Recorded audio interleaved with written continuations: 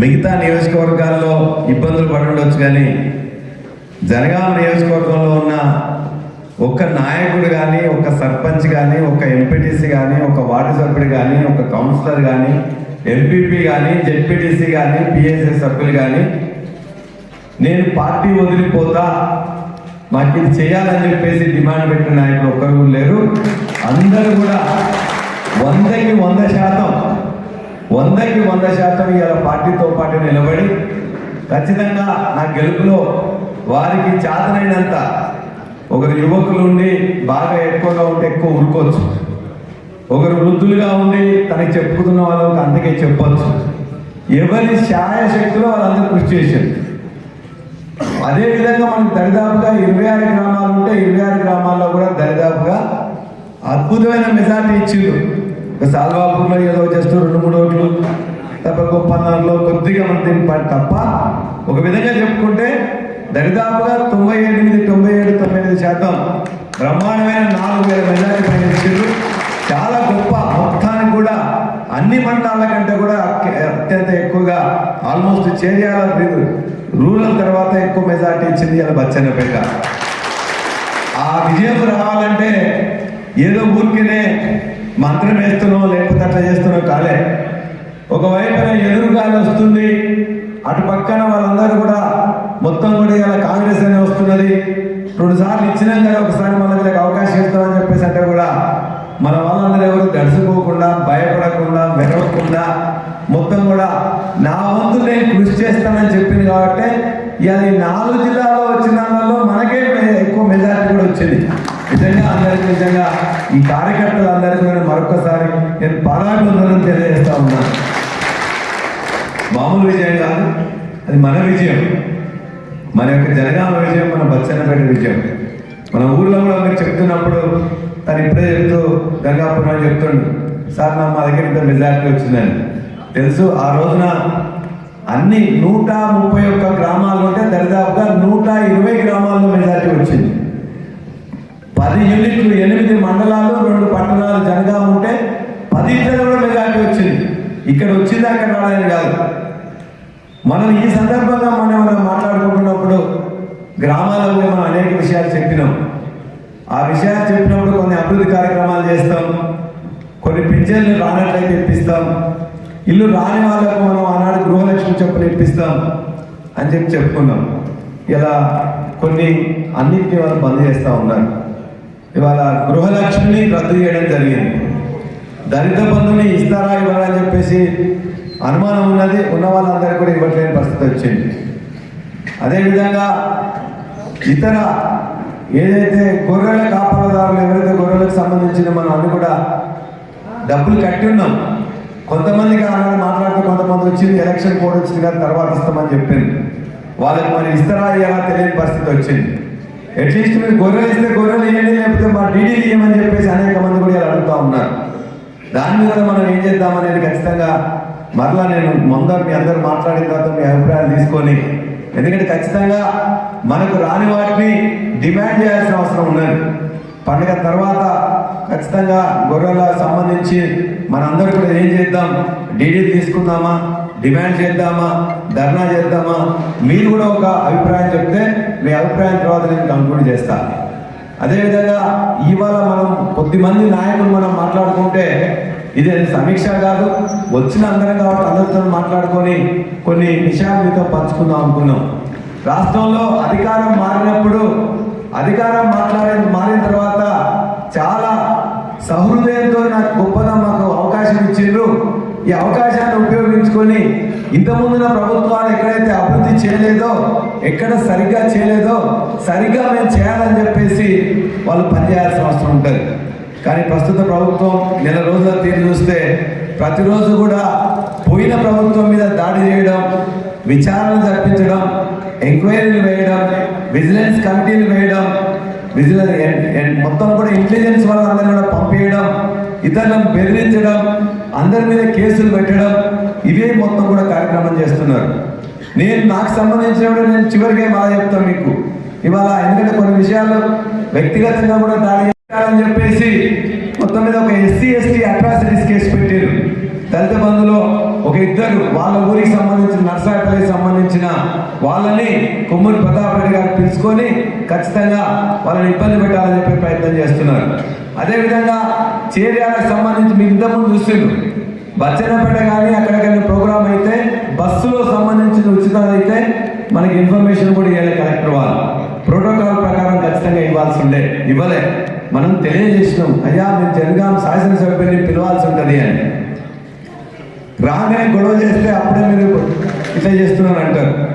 రెండోసారి మనకి ఎప్పుడైతే క్రిస్మస్ దుస్తులు పంచాల్సి వచ్చిందో ఆనాడు కూడా మనం విలువకుండా వాళ్ళని పిలిచి ప్రోగ్రామ్ చేస్తున్నారంటే మనం అబ్జెక్షన్ చేసినాం. కలెక్టర్ దగ్గర పోయి మరి ఇంతమందిని పిలిచింది కదా, ఎంపీపీ జెడ్పీటీసీ కౌన్సిలర్లను వీళ్ళని పిలిచి మీరు కాంగ్రెస్ పార్టీ ప్రోగ్రాం పెట్టి అందులో మీరు తరిస్తా ఉన్నారేదని చెప్పేసి అంటే అప్పుడు వాళ్ళు రావడం జరిగేది. మనతో సగం వాళ్ళతో సగం అట్లా చేయడానికి లేదు. అయినా కూడా ప్రోటోకాల్ కానీ పద్ధతులకు వ్యతిరేకంగా చేసింది.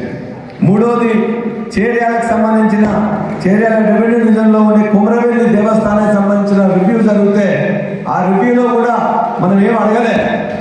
అసలు రివ్యూ అనేది ఎప్పుడు కూడా కుమరవెల్లి దేవస్థానంలోనే జరుగుతుంది. 30 సంవత్సరాల నుంచి అక్కడే జరిగింది. కానీ సాంప్రదాయాలకు ఆచారాలకు భిన్నంగా అవుతే ఇక్కడైనా జరగాలి, లేకపోయినట్లయితే సిద్దిపేట కలెక్టరేట్లో పెట్టుకోవచ్చు.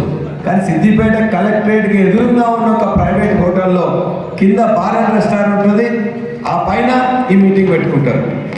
ఆ మీటింగ్ పెట్టుకున్న తర్వాత కూడా మళ్ళా నిబంధనలకు విరుద్ధంగా కాంగ్రెస్ నాయకుని వేదిక మీదకి పిలిస్తే నేను అడిగిన మంత్రి గారిని, అక్క ఇది నిబంధనలకు విరుద్ధంగా పిలుస్తున్నారు, మీరు ఇది కరెక్ట్ కాదు కదా అని చెప్పేసి మీరు కూడా వీడియో చూస్తుంటారు.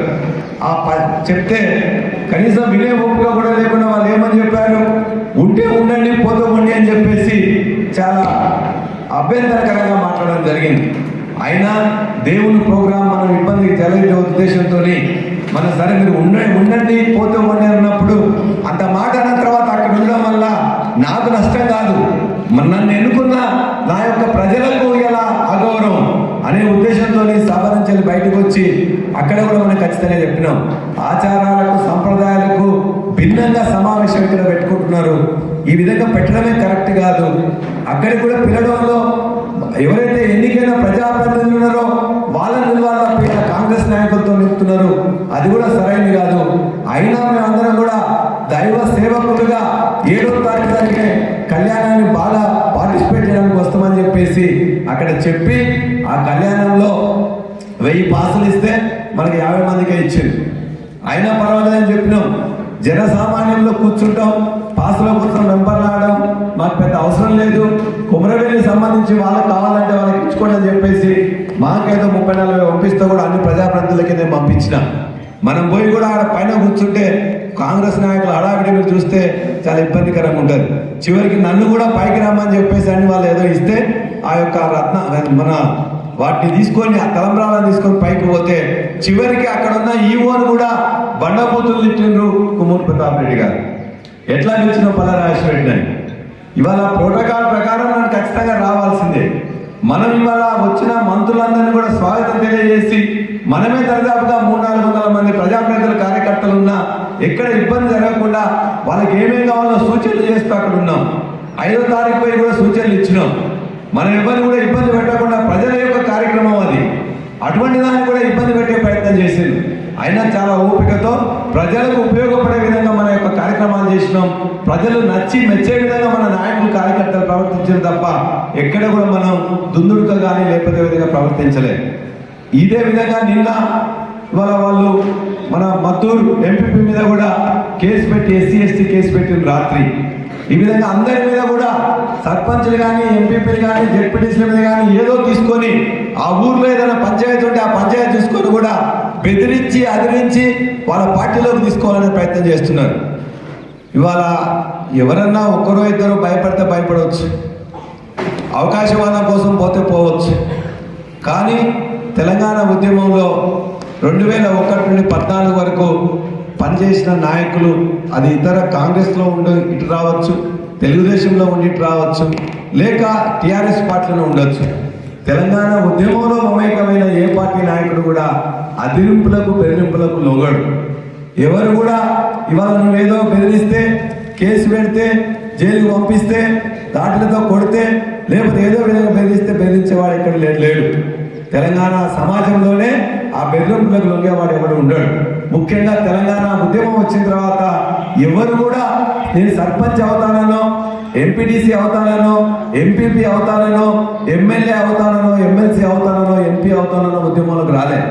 నాకు తెలంగాణ కావాలి, నా తెలంగాణ వస్తే నాకు నీళ్ళు వస్తాయి, నా తెలంగాణ వస్తే నా ప్రాంతం వాళ్ళకు ఉద్యోగాలు వస్తాయని చెప్పేసి, అదేవిధంగా నా పైసలు నాకు ఖర్చు అవుతాయని చెప్పేసి తెలంగాణ ఉద్యమంలో వచ్చింది తప్ప నాకేదో పోస్ట్ వస్తుంది, నాకేదో మంత్రి వస్తుంది అని చెప్పేసి ఏ నాయకుడు కార్యకర్త ఏ ఊళ్ళో కూడా ఏ మండలంలో కూడా రాలే. నా బచ్చన్నపేటకు కనీసం నా చెరువు నిండితే చాలు, నా పంట పండితే చాలు అని చెప్పి ఆలోచించరు తప్ప నాకు ఆ పదవులు వస్తాయని చెప్పేసి ఎవరు రాలే. కాబట్టి ఆ పదవుల కోసమో పెదవులు మూసుకున్న కాంగ్రెస్ నాయకులు భయపడితే భయపడవచ్చు, కానీ ఇవాళ బీఆర్ఎస్ లో ఉన్న నాయకులు ఎవరు కూడా ఆ యొక్క ఉడత ఊపులకు ఎవరు భయపడదని చెప్పి కూడా నేను ఈ ద్వారా తెలియజేసుకుంటున్నాను. ఇంకొక 15 రోజుల వరకు ఉండొచ్చు సర్పంచ్. ఆ తర్వాత కూడా ఖచ్చితంగా టీఆర్ఎస్ నాయకుడు కేసీఆర్ గారు చేసిన సేవలు వాళ్ళ మదిలో ఉన్నాయి. నెల రోజుల నుంచి వాట్సాప్లలో చాలా విషయాలు జరుగుతున్నాయి. మేము ఖచ్చితంగా కేసీఆర్ గారు వస్తారనుకున్నాం. ముఖ్యంగా వ్యవసాయ రంగంలో మాకు రైతు బంధు 7 సంవత్సరాలు కూడా 7 విడతల్లో కూడా ఒక్కరోజు కూడా లేటు కాకుండా మాకు అకౌంట్లో వేశారు. 24 గంటల కరెంటు మాకు అవసరమైన విధంగా ఇచ్చారు. మా పంటను ఖచ్చితంగా కొన్నారని చెప్పి కేసీఆర్ మీద కృతజ్ఞత భావం ఉన్నది తప్ప వ్యతిరేకత భావం లేదు. కొన్ని విషయాలు ఉండొచ్చు, మమ్మల్ని వాళ్ళు కొంత చేసిన దుష్ప్రచారం ఏదైతే ఉన్నదో ఆ దుష్ప్రచారానికి మనం కూడా కొంత లోనైనాం. నిజంగానే కేసీఆర్ కలవట్లేదట, ఎందుకు కలవట్లేదు, ఎవరు కలవట్లేదో తెలియదు. కానీ ఊకదంపుడు ఉపన్యాసాలతో, అబద్ధాలతో, అసత్యాలతో నిరంతరం చెప్పిందే చెప్పి ఇవాళ కొంత దుష్ప్రచారం చేసిండ్రు. కొంత యువకులకు కూడా ఉద్యోగాలు ఇవ్వలేదని చెప్పి దుష్ప్రచారం చేసిండ్రు. 1,71,000 ఉద్యోగాలు గత ప్రభుత్వం 2 టర్ములలో ఇచ్చింది. కార్పొరేషన్లు కానీ లేకపోతే ప్రభుత్వ వ్యవస్థలో కానీ ఇవన్నీ కూడా మరుగున పడేసి కొంత వాళ్ళందరినీ కూడా టెంపరీగా చేస్తే కూడా 1.8%తోనే మన యొక్క ప్రభుత్వం పోయింది. 39 సీట్లు గెలిచినాం. అనేక సీట్లలో కొద్ది ఓట్లతో పోయినా చాలా ఉన్నాయి. వాళ్ళ చుక్కల్ నిజామాబాద్లో చూసుకుంటే 1000 ఓట్లతో పోయినాం. అదేవిధంగా దేవరకద్ర కాన్స్టిట్యున్సీ వెంకటేశ్వర రెడ్డి గారు 1000 ఓట్లతో పోయారు. అదేవిధంగా మరి జనార్దన్ రెడ్డి కానీ, అక్కడ ఉండే షాద్నగర్ ఎమ్మెల్యే అంజయ్ గారు కానీ, లేకపోతే నారాయణపేట ఎమ్మెల్యే రాజేందర్ రెడ్డి గారు కానీ, లేకపోతే బోధన్ ఎమ్మెల్యే షకీల్ గారు కానీ 3,000, 4,000, 5,000 ఓట్లతోనే మనం అక్కడ ఓడిపోవడం జరిగింది. ఈ విధంగా కొంత నష్టం అంటే మనం సరిగ్గా అంచనా వేయలేకపోయినాం. కొంత దుష్ప్రచారం అనేది చాలా ఖచ్చితంగా జరిగింది. ఆ దుష్ప్రచారానికి లోనైనప్పుడు కొంత ఖచ్చితంగా ఇంతకంటే బెటర్గా చేస్తారేమో అనేది ఒక అంశం. అయితే దళిత బంధు విషయంలో ఇంకా కావాల్సిన వాళ్ళకి రాలేదని, అదేవిధంగా బీసీ బంధు విషయంలో కొంత రాలేదని కొంతమంది చెప్తున్నారు. ఏదైనా మీరు కూడా ఇలా మాట్లాడుతున్నప్పుడు కొన్ని విషయాలు కాంక్రీట్గా ఒకరిని దూషించే విధంగా, ఇంకోరిని చేయలేదనే విధంగా మాట్లాడద్దు. దయచేసి మీరు మీ యొక్క గ్రామాలలో ఏమైనా ఇబ్బందులు ఉంటే ఏం చేసుకున్నామని మంచిగా జరిగిందా, ఎందుకంటే బ్రహ్మాండంగా ఓట్లు వచ్చినాయి. ఓ దగ్గర 50 ఓట్ల మెజార్టీ రావచ్చు, ఓ దగ్గర 400-500 మెట్ రావచ్చు. కానీ మనం వాళ్ళని ఎవరిని దెప్పిపడిచిన విధంగా ఎవరు దాన్ని చేసుకుంటే మనం వచ్చేది ఏమి ఉండదు. ఇవాళ మనం అధికార పక్షంలో లేవు, ప్రతిపక్షంలో ఉన్నాం కాబట్టి మరింత ఐక్యతగా ఉండాలి, మరింత కలిసిపోయి ఉండాలి. ఇవాళ ఆయన నష్టం జరిగింది కదా అని చెప్పి మనం ఊరుకుంటే రేపు పొద్దున నష్టం మనకు కూడా జరుగుతుంది. కాబట్టి మనం ఇవాళ ఒకరిని పేరు పెట్టి అరే ఆయన అయింది పర్వాలేదులే, మనవాడే కానీ అయిందిలే అని చెప్పేసి అనుకుంటే ఖచ్చితంగా నష్టం జరుగుతుంది. మనము ఎవరైతే ఐక్యంగా ఉన్నారో ఆ గ్రామంలో కానీ ఆ వార్డులో కానీ మనకి ఇబ్బందులు జరుగుతాయి. కాబట్టి ఐక్యంగా ఉందాం. బచ్చన్నపేటలో కూడా అద్భుతమైన నాయకత్వం ఉన్నది, నాయకత్వ పోటీ ఉన్నది. మొత్తం కూడా రేపు పొద్దున ఎంపీ ఎలక్షన్స్ కోసం కూడా మొన్న ఎమ్మెల్యే ఎలక్షన్కి ఎట్లా చేసినామో అట్లే చేద్దాం. అదేవిధంగా ఇలా కాంగ్రెస్ పార్టీ ఇచ్చిన 6 గ్యారెంటీల మీద వాళ్ళు ఖచ్చితంగా 9వ తారీఖే కొన్ని చేస్తామని చెప్పారు. 2 లక్షలు రుణమాఫీ ఇస్తా, తీసుకోండి, 9వ తారీఖే ఇస్తా అని చెప్పింది ఒకటి. 2, 3వ తారీఖు అయిపోయిన తర్వాత 4వ తారీఖే రైతు బంధు వేస్తాం. 7,500 కోట్ల రైతు బంధు డబ్బులు మనం ఖచ్చితంగా అక్కడ పెట్టినాం. హరీష్ రావు గారు మద్దూరికి బచ్చన్నపేటకు వచ్చినప్పుడు ఒక మాట మాట్లాడి, రైతులందరూ సంతోషంగా ఉండండి, రేపు మీకు టింగు మన పడతాయని చెప్పారు. మన సభలోనే మాట్లాడారు, మీకు అందరికి గుర్తుంటారు. దాన్ని తీసుకుపోయి కంప్లైంట్ పెట్టి ఇవాళ మీకు ఈయన ఇస్తానని చెప్తున్నాడు, దీని ద్వారా ఎన్నికల్ని ప్రభావితం చేస్తున్నాడు, కాబట్టి ఇవి ఇవ్వద్దు అని చెప్పేసి ఎలక్షన్ కమిషన్ చెప్తే ఎలక్షన్ కమిషన్ ఆపేసింది. మరి 7,500 కోట్లు మనం బ్యాంకులో పెట్టినాం కదా, మరి వాళ్ళ నెల రోజులు అయిపోయింది కదా, ఆ 7,500 కోట్లు ఎందుకు మా రైతన్నలకు రైతు బంధు రూపంలో వేయలేదు? ఇది ప్రతి రైతు కూడా ప్రశ్నిస్తూ ఉన్నాడు. ఇలా కరెంటు ఎంత వస్తుందో మీకే ఐడియా ఉన్నది, నేను చెప్పిన అవసరం లేదు, మీరు కూడా చెప్పండి. నేను రైతుల గురించే ఎక్కువ మాట్లాడుతున్నా, మిగతా విషయం అవసరం లేదు. ఇవన్నీ ఖచ్చితంగా ఇంతకుముందు చేసినాం, భవిష్యత్తులో కూడా కొంత ఓపికతో మనం ఉన్నాం. ఖచ్చితంగా ఏవైతే అబద్ధపు హామీలతో ప్రచారాలతో వచ్చిండ్రో వాటిని ఖచ్చితంగా ఇవ్వాలని చెప్పేసి కొద్దిగా సమయం ఇచ్చి మనం అడుగుదాం. ఆ సమయం కోసమే వేచి చూడండి, అంతే తప్ప ఎవరు ఎన్ని కేసులు పెట్టినా బెదిరించినా అదిరించినా ఇవాళ టీఆర్ఎస్ కార్యకర్తలుగా, నాకు టీఆర్ఎస్ కార్యకర్తలుగా ఎవరికి వెళ్ళి చూపాల్సిన అవసరం లేదు. ఖచ్చితంగా ఎక్కడ ఏ ఇబ్బంది ఉన్నా, మీ ఊర్లో ఏ ఇబ్బంది ఉన్నా కూడా నేను స్వయంగా నాకు చెప్తే ఇన్ఫర్మేషన్ ఇస్తే నేను వస్తా, రావాల్సిన అవసరం ఉందంటే వస్తా, ఆ పోలీస్ స్టేషన్కి వస్తా, ఎంఆర్ఓ ఆఫీస్కి వస్తా, ఖచ్చితంగా మీతో పాటు నేను కొట్లాడతా. అంతే తప్ప కానీ ఎక్కడ కూడా ఏదో ఫోన్ చేయని చెప్పేసి వదిలిపెట్టే సవాలు లేదు. మీరు నన్ను ప్రేమతో, ఆప్యాయతతో, నమ్మకంతో, విశ్వాసంతో ఎన్నుకున్నారు.